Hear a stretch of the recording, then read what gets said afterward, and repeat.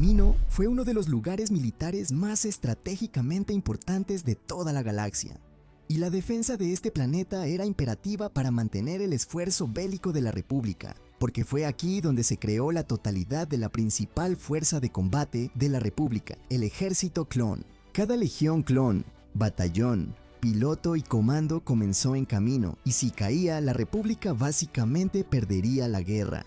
Entonces, ¿cómo organizó su defensa y qué estrategias emplearon los separatistas para intentar paralizar la maquinaria de guerra de la República? Este es un análisis completo de la batalla de Kamino. Días antes de que la flota de invasión partiera hacia Kamino, los separatistas lanzaron una campaña coordinada contra la red de alerta exterior de la República, un sistema de relés de comunicaciones y puestos de escucha remotos ubicados en los sectores que rodean Kamino. Estos puestos avanzados enviaban continuamente una señal de que no había novedades que permitía a la República saber que no había actividad de la CSI cerca. El ataque más famoso a esta red de sensores ocurrió en el puesto avanzado de la Luna Rishi. Atendida por un pequeño destacamento de clones, la estación era una de las primeras líneas de defensa de la República contra incursiones en el sistema Kamino. La Luna Rishi era constantemente azotada por lluvias de meteoritos, un hecho que los separatistas aprovecharon, ocultando escuadrones de droides comando dentro de cápsulas de asedio camufladas entre la lluvia de meteoritos. Los droides comando se infiltraron en la estación, matando al sargento O'Niner y al oficial de cubierta, CT-327. En el primer enfrentamiento, el miembro del escuadrón dominó, Droid Bait, también fue abatido y asesinado. Mientras tanto, el resto de los clones huyó de la estación, pero dejaron activada la señal de que no había novedades. Mientras estaban fuera de la base, el miembro del escuadrón dominó, Caught Up, fue asesinado por una anguila de Rishi. Afortunadamente para los clones abandonados, Rex y Cody llegaron para hacer una inspección de la estación y fueron advertidos de la ocupación droide mediante una bengala de alerta por ataque droide. Los clones recuperaron la estación antes de que un batallón de droides de batalla descendiera sobre ella. Al final, la estación Rishi fue destruida gracias a los actos heroicos del soldado Clone Heavy, dejando solo a 2 miembros sobrevivientes del escuadrón Domino, quienes fueron reclutados en la Legión 501 después de eso, Fives y Echo. Con la estación destruida, la señal de que todo estaba despejado se apagó y la República comenzó a anticipar un ataque a Kamino. Sin previo aviso, la 501 y la 212 llegaron a Kamino para reforzar sus defensas y fortalecer el bloqueo. Los comandantes Clon establecieron puntos fuertes en toda la ciudad.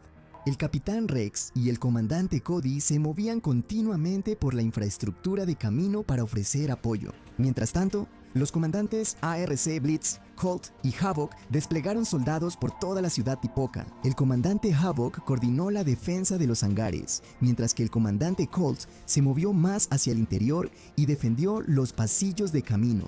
El comandante Blitz permaneció en el exterior de la ciudad la mayor parte del tiempo, liderando a los miembros de élite de la división ARF del batallón Rancor dondequiera que la defensa necesitara un par de manos extra. Los separatistas tenían 2 objetivos principales para el ataque.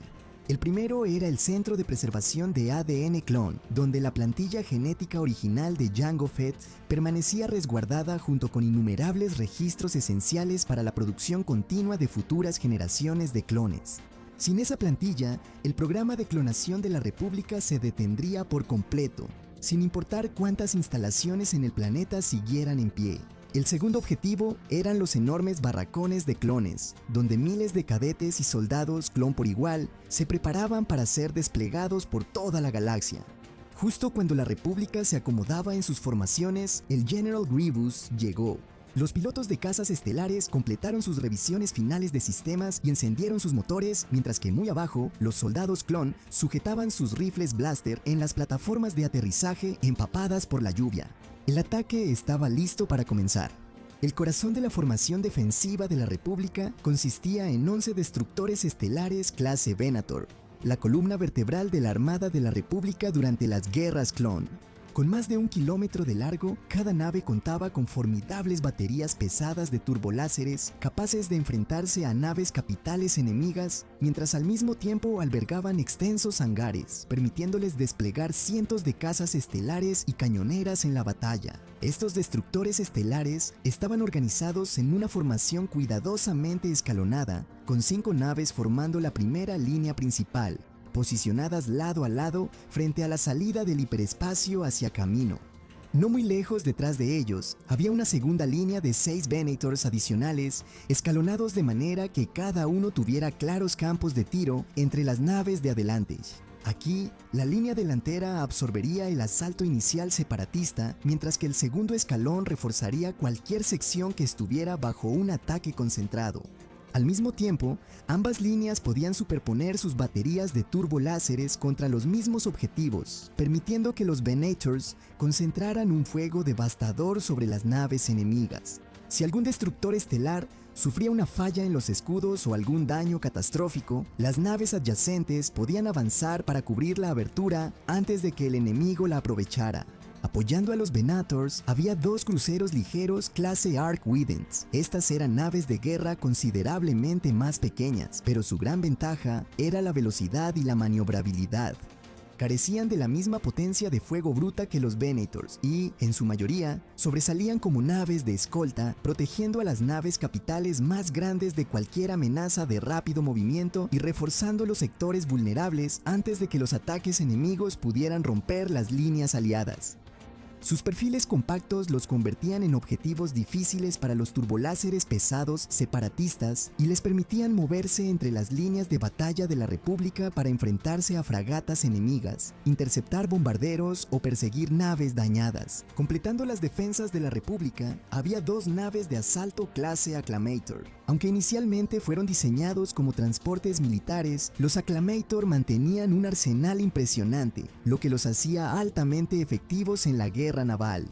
Cada uno estaba equipado con numerosos turboláseres pesados, lanzamisiles y transportaba a miles de soldados clon, vehículos blindados, artillería, cañoneras y más. Uno permaneció anclado en el flanco derecho más alejado de la República, mientras que el segundo mantenía una posición de reserva más central donde podía reforzar cualquier parte de la línea que estuviera bajo el asalto más intenso. Poco antes de la batalla, estos mismos Acclamators habían llegado transportando refuerzos que resultarían indispensables durante el combate en la superficie. Elementos de la Legión 501, comandados por el general Jedi Anakin Skywalker junto con el capitán Rex, fueron desplegados directamente en la ciudad Tipoca para reforzar su propia guarnición. Junto a ellos, llegó el experimentado Batallón de Ataque 212, liderado por el general Obi-Wan Kenobi y el comandante Cody, cuyas tropas se dispersaron rápidamente por toda la ciudad para reforzar los sectores vulnerables. Estos soldados, junto con los generales Kenobi y Skywalker, solo llegaron para reforzar a los que ya estaban presentes. La Fuerza de Defensa de Camino, liderada por Shaak Ti, era una unidad local de defensa planetaria y aplicación de la ley, compuesta por soldados clon regulares y que actuaba como una guarnición dedicada en Camino. También trabajaban junto al Batallón Rancor, un contingente de soldados ARC y ARF liderados por los comandantes Hammer, Holt, Havoc y Blitz, y eran responsables principalmente de entrenar a los nuevos reclutas, pero fueron absolutamente cruciales durante la batalla de Camino. Una vez que los soldados llegaron a salvo a la superficie, ambos Acclamators regresaron a la órbita para unirse al bloqueo de la República, cambiando su papel de transportes para convertirse en naves de guerra de primera línea. La República también contaba con uno de los mejores cuerpos de cazas estelares de las guerras clon, y cada Venator funcionaba como su propio portaaviones de la República. Escuadrones de cazas estelares, U-19. Torrent formaban pantallas defensivas alrededor de las naves capitales y sobresalían interceptando droides buitre antes de que pudieran amenazar a las naves más grandes de la República. Detrás de ellos estaban los cazas estelares ARC-170 más fuertemente armados, cuya mayor durabilidad y armamento pesado los hacía excepcionalmente efectivos tanto contra bombarderos enemigos como contra naves capitales. Apoyando a estos escuadrones de cazas, había destacamentos de bombarderos a la IBTLB encargados de inutilizar naves capitales con sus torpedos de protones y armamento pesado. Ellos se encargaban de debilitar la línea enemiga antes de que los cañones pesados de los Venator dieran los golpes finales. Al mando de la Armada de la Confederación estaba el general Grievous en persona, a bordo de un acorazado clase Providence, una de las naves de guerra más grandes y capaces desplegadas por la Confederación durante las guerras clon. Era tanto una nave de mando como un acorazado, coordinando los movimientos de la flota y sirviendo como el centro neurálgico de toda la invasión. La nave era el corazón del ataque, luchando desde el centro del enfrentamiento, donde sus poderosos turboláseres pesados podían lanzar andanadas devastadoras contra las naves capitales enemigas y donde podía comandar la batalla en tiempo real. Apoyando a la Providence, había 3 acorazados clase Lucrehawk entre las naves más grandes desplegadas por la Confederación. Sus distintivos cascos circulares albergaban enormes hangares, que contenían cantidades impresionantes de cazas estelares, naves de desembarco, transportes y droides de batalla, sirviendo a menudo como una fuerza de invasión completa por sí mismos. Ellos tomaron la retaguardia de la invasión, sirviendo exclusivamente como plataforma de despliegue para cazas estelares, los cuales enviaban continuamente a la batalla. Pero quienes formaban la verdadera columna vertebral del asalto de Grievous eran 10 fragatas clase Munificent.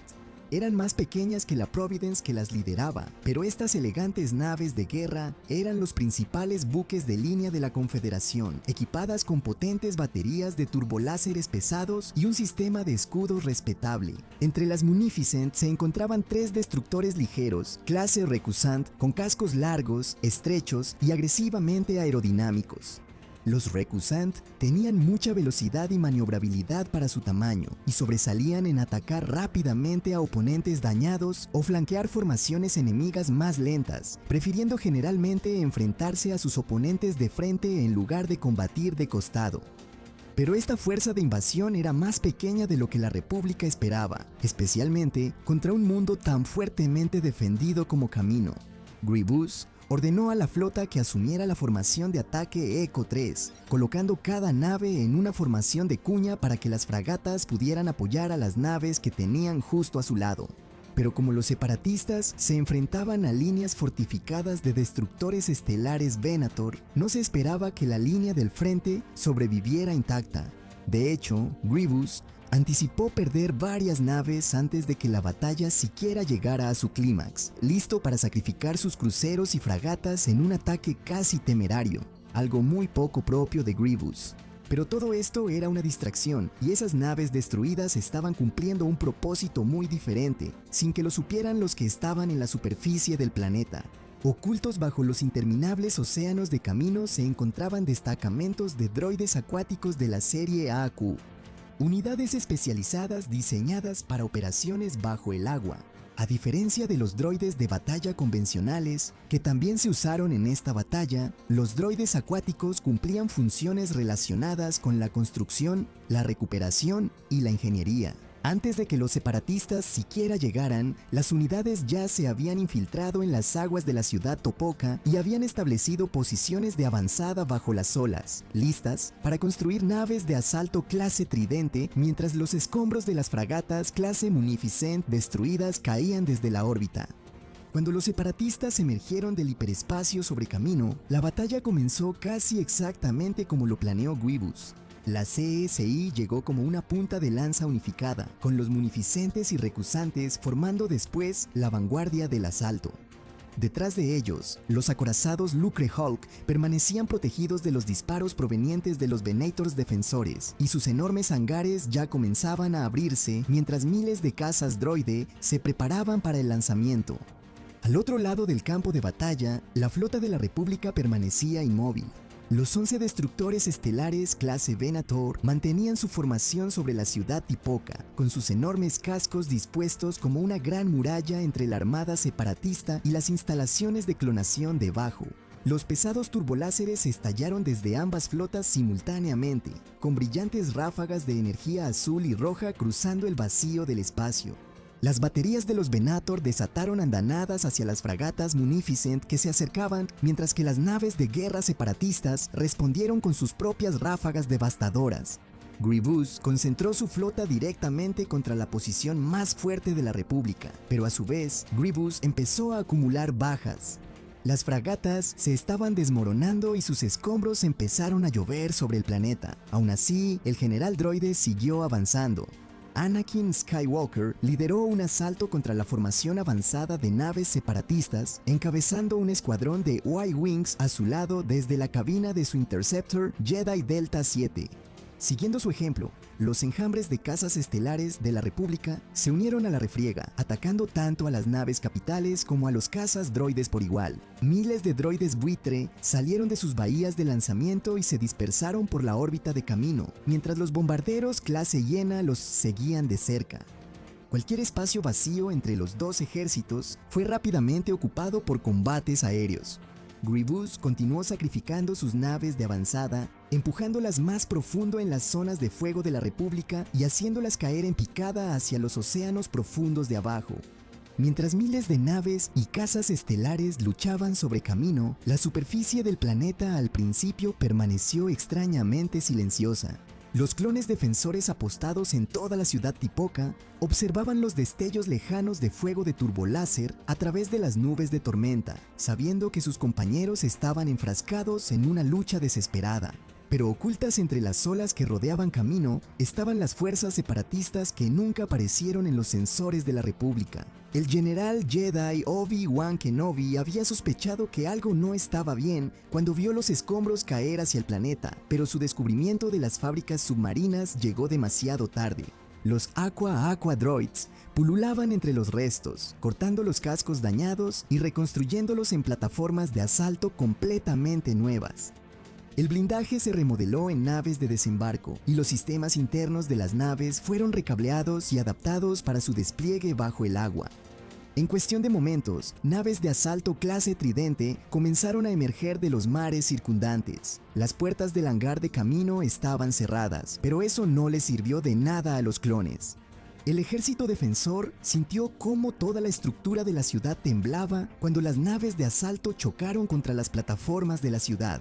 Sus enormes mecanismos de perforación atravesando las puertas blindadas del hangar y las defensas exteriores. Mientras los droides acuáticos entraban en masa, la primera oleada de droides acuáticos fue abrumadora y ninguna fuerza clon estaba preparada para el asalto terrestre inicial. En esta oleada, las fuerzas clon fueron derrotadas casi al instante, incluso perdiendo al comandante clon Havoc en el proceso. Después de que los hangares fueron vulnerados, el general Grievous aterrizó en el planeta con un contingente de droides de batalla B-1 y B-2 para reforzar a los droides acuáticos atacantes y comenzó a patrullar los pasillos interiores. Cada metro de la ciudad Topoka se convirtió en un campo de batalla. Los clones que pasaron las primeras etapas de la batalla observando el cielo, ahora se encontraban luchando en pasillos estrechos, laboratorios y cámaras de mantenimiento, mientras la elegante arquitectura blanca de camino quedaba marcada por disparos de blaster y cubierta de cuerpos de clones y restos de droides de batalla. Grievous se reunió con otra informante, Asajj Ventress, quien ayudó a comandar el asalto terrestre. Superaron oleadas de resistencia clon en el corazón de la ciudad. Incluso mataron al comandante Clone Colt. Dos comandantes clon de alto rango y aún mayor habilidad ya habían caído en combate. Grievous ordenó a Ventress continuar su asalto e infiltrarse en las instalaciones de ADN, entendiendo que capturar los archivos genéticos debilitaría a la República e incluso le daría a los separatistas una mayor ventaja en la guerra con el material genético recién adquirido. Mientras Ventress se movía por el interior de la ciudad Topoka, Grievous lideraba el asalto hacia los barracones de los clones. Sin embargo, no esperaba la resistencia que encontró. Los defensores clones establecieron posiciones defensivas en las áreas de entrenamiento y los centros de mando, mientras los droides de batalla de Grievous avanzaban en cantidades abrumadoras. Un pequeño contingente de cadetes clones increíblemente jóvenes, liderados por Fives, Echo, Rex y Cody, tendió una emboscada contra los droides enemigos desde el interior de un barracón de clones, con los cadetes clones escondidos en cápsulas para dormir, y los clones mayores y más experimentados en combate librando la mayor parte del combate. Desafortunadamente, en esta escaramuza murió el querido soldado clon 99, un conserje indispensable que mantuvo a los clones armados durante toda la invasión de Kamino, suministrando municiones, granadas y armas hasta el final. Sobre Kamino, la batalla orbital estaba disminuyendo ya que la mayoría de las naves de la CSI fueron destruidas o dañadas catastróficamente. En la superficie, las fuerzas clon lucharon desesperadamente para evitar que la invasión llegara a las instalaciones más críticas. Ventress llegó a la sala de ADN y aseguró la copia original del patrón genético de Jango Fett antes de ser encontrada por Anakin Skywalker, quien se había retirado recientemente de la batalla espacial. Mientras tanto, Grievous fue descubierto por Obi-Wan Kenobi y ambos se enfrentaron en un duelo, que resultó en que Kenobi fuera arrojado al océano y Grievous huyera de la instalación. Mientras esto sucedía, Ventress y Skywalker continuaron luchando en las afueras de la ciudad, pasando junto a un contingente de clones en el proceso. Ventress y Skywalker seguían intercambiando la posesión de la plantilla genética hasta que fue obtenida por un soldado clon cercano. Ventress estaba rodeada, pero Grievous estaba lo suficientemente cerca como para ofrecerle un transporte de regreso a su nave capital para retirar a sus fuerzas. La invasión de Kamino había fracasado y la República resultó victoriosa.